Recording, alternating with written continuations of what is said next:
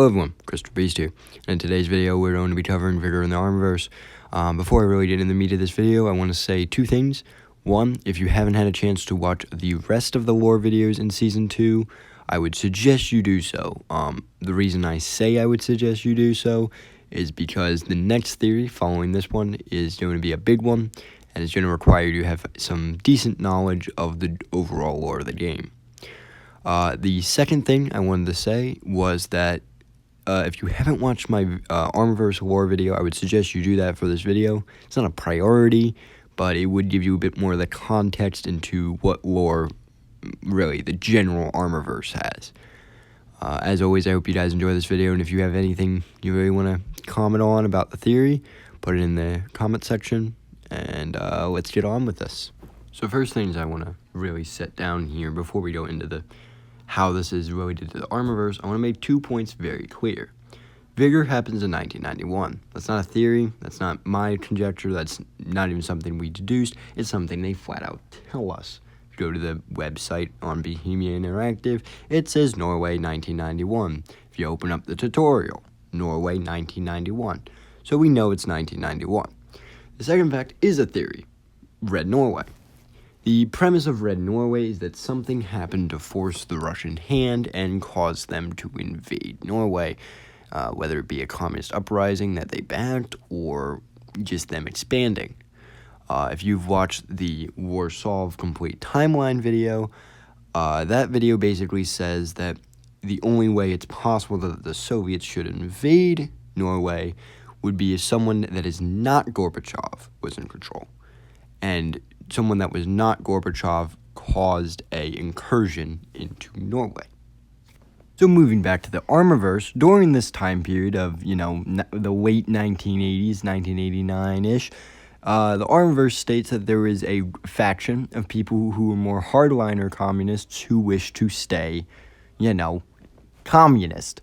And these boys are pretty much what is featured in Operation Flashpoint, Cold War Crisis. Basically, in that game, a group of these boys, they pull up on an island, they're like sweetity, and they do a lot of bad things. So, in the original Armaverse timeline, what happens is these boys get deleted by, NATO.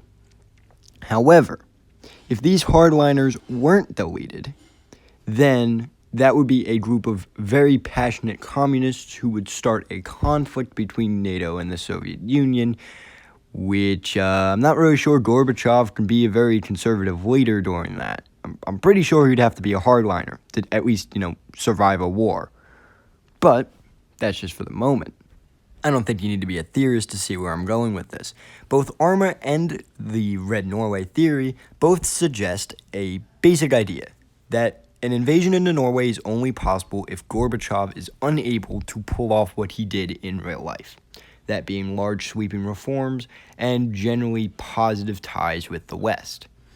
If Gorbachev is unable to do this, as he is in a theoretical bad ending of Operation Flashpoint, or in the case of Red Norway, then it isn't too far-fetched to believe that the Soviet Union, in a bid to save itself, would declare war and begin fighting the people around it. Actually, this idea of, in order to save itself, is the reason the hardliners start the conflict in Operation Flashpoint. So, now they actually tie the pieces together. Starting in the Armaverse, these hardliners begin their weird invasion that is shown in Operation Flashpoint, and whether or not it goes well or not isn't important. The bottom line is that they get their goal, and a conflict between East and West is achieved. This conflict unfolds into something that forces either Gorbachev or someone who would replace Gorbachev to begin attacking NATO directly. It would make the Cold War go hot. And whether that results in a nuclear war immediately or not, I'm going to say it doesn't. I'm going to say, for the sake of an argument, that Gorbachev would invade Norway. And it seems like in this timeline, there's a lot more of a communist sentiment lying in Norway. Gorbachev invades Norway, the Soviet Union invades Norway, and which gets us the results being Red Norway. Red Norway sees Norway under communist control, and as the war progresses through Norway, eventually the nuclear bombs fall. This has been Christopher Beast, and I hope you enjoyed this video. I know it's not exactly what you're looking for, but I can say this. The next theory coming out of my channel is going to be a complete timeline, which will feature all the way from 1988, or I think it's 1985, if I'm not wrong, which is when Operation Cold War Crisis occurs, and it will go all the way up to the events of the game. I hope you guys enjoy that theory when it comes out, and I also hope you enjoyed this theory. If you have anything you want to say in the comments, say it. And this has been Christopher Beast, and I'll see you all next time.